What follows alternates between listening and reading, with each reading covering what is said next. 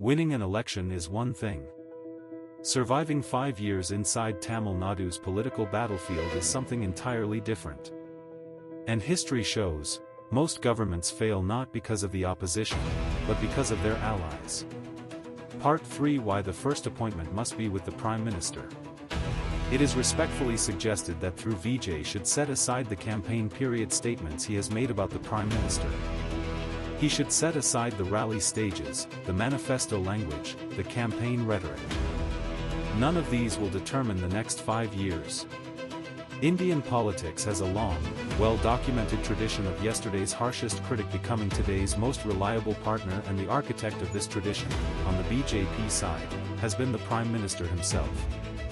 The closest precedent for the present moment is through Nitish Kumar of Bihar. Through Nitish Kumar called Shri Narendra Modi unacceptable in 2013. He broke his alliance with the BJP over Shri Modi's elevation to the prime ministerial candidacy. He spent 2014 to 2017 as a pillar of the Mahagathbandhan, allied with through Lalu Prasad Yadav's Rashtriya Janata Dal and the Congress. By July 2017 he had returned to the National Democratic Alliance. He held the Bihar Chief Minister's chair through the 2020 election as an NDA partner. Through the 2024 Lok Sabha cycle, the JDU-BJP alliance held Bihar firmly within the NDA fold. Then came the November 2025 Bihar Assembly election. The NDA returned with a sweeping mandate, winning 202 of 243 seats. The BJP emerged as the single largest party with 89 seats, the JDU, 185 seats, the Lok Janshakti Party, Vilas, added 19 seats. The Mahagathbandhan was reduced to 35 seats. Through Nitish Kumar took oath as Chief Minister of Bihar for the 10th time.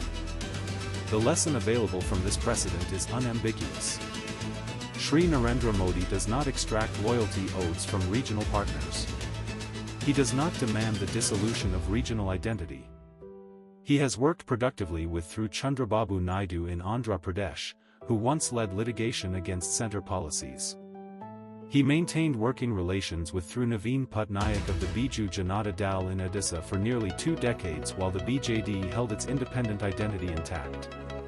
He coordinated with regional partners across the northeast through Conrad Sangama in Meghalaya, through Pema Khandu in Arunachal Pradesh across different parties and at different times. The pattern is consistent. The Prime Minister asks regional partners for deliverability, a partner who can keep the state stable, who can deliver Lok Sabha numbers when needed, and who can project a coordinated India growth story. It is therefore suggested, openly and with the public interest in mind, that Shri Vijay should pick up the telephone. He should call Delhi. He should request a personal, one-to-one appointment of half an hour with Shri Narendra Modi.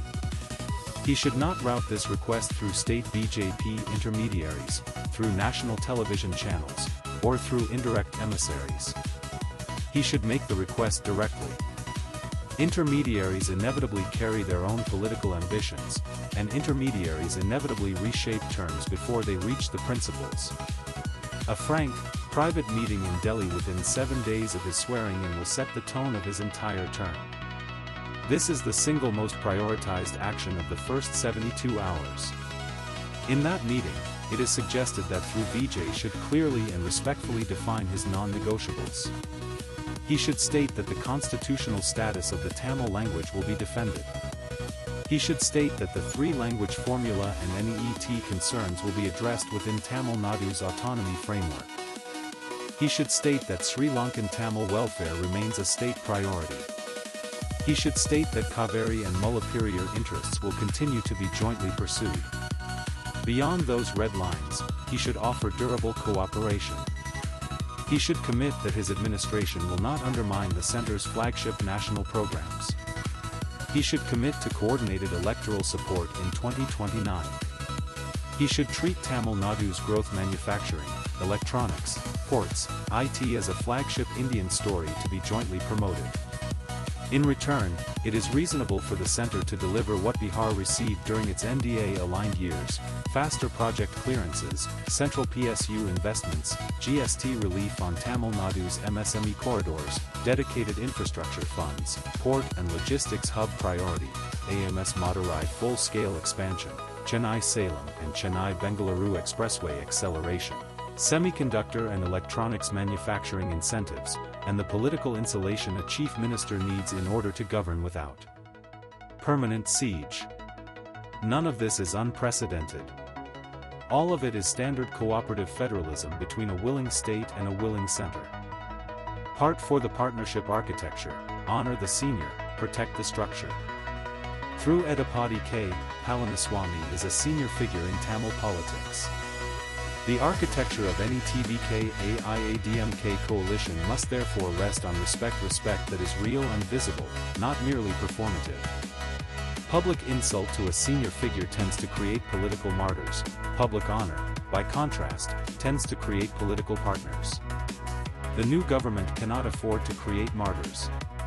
It is suggested that the new administration should offer the AIADMK senior cabinet portfolios whose visibility matches the seniority of its leadership: rural industries, cooperation, khadi and village industries, handlooms and textiles, and similar portfolios with cultural weight, Congo Belt residents, and meaningful budget. These allocations would allow through Edappadi K. Palaniswami and his nominees to deliver visible welfare, retain dignity, and address constituencies they have long served. 3 or 4 districts could be identified where AIADMK can place preferred officials in development coordination roles: visible ribbon cuttings, identifiable beneficiaries, and adequate narrative space. At the same time, one quiet structural principle must be observed. The portfolios that control cadre-deployable resources at scale: home, finance, industries, IT, highways, public works, revenue, public distribution are best retained either with TVK or, in the case of home and finance specifically, distributed in a manner that keeps the BJP, with its central government anchor, integral to the architecture. This is not a slight against any partner. This is standard coalition discipline practiced by every successful coalition in Indian history. Through H.D. Decoded observed it at the center. Through Atal Bihari Vajpayee observed it at the center. Dr. Manmohan Singh observed it at the center. Coalitions that distributed cadre deployable departments across rival partners generally fragmented within 30 months. Coalitions that kept the cadre deployable architecture with the senior coordinating partner generally survived the full term. TVK is the senior coordinating partner. It holds the largest seat count. It holds the popular mandate. The discipline of department allocation is therefore appropriately set by through Vijay's government. It is suggested that this discipline be set with grace, communicated with respect, and explained openly to coalition partners as a matter of governance architecture rather than political preference. No senior figure in the alliance should feel publicly diminished. The structural protection of governance, however, must be maintained, because every welfare promise made to the Tamil voter depends on it. In Part 3, we enter the machinery of governance itself, where optics, administration, bureaucracy, and public perception become more powerful than speeches.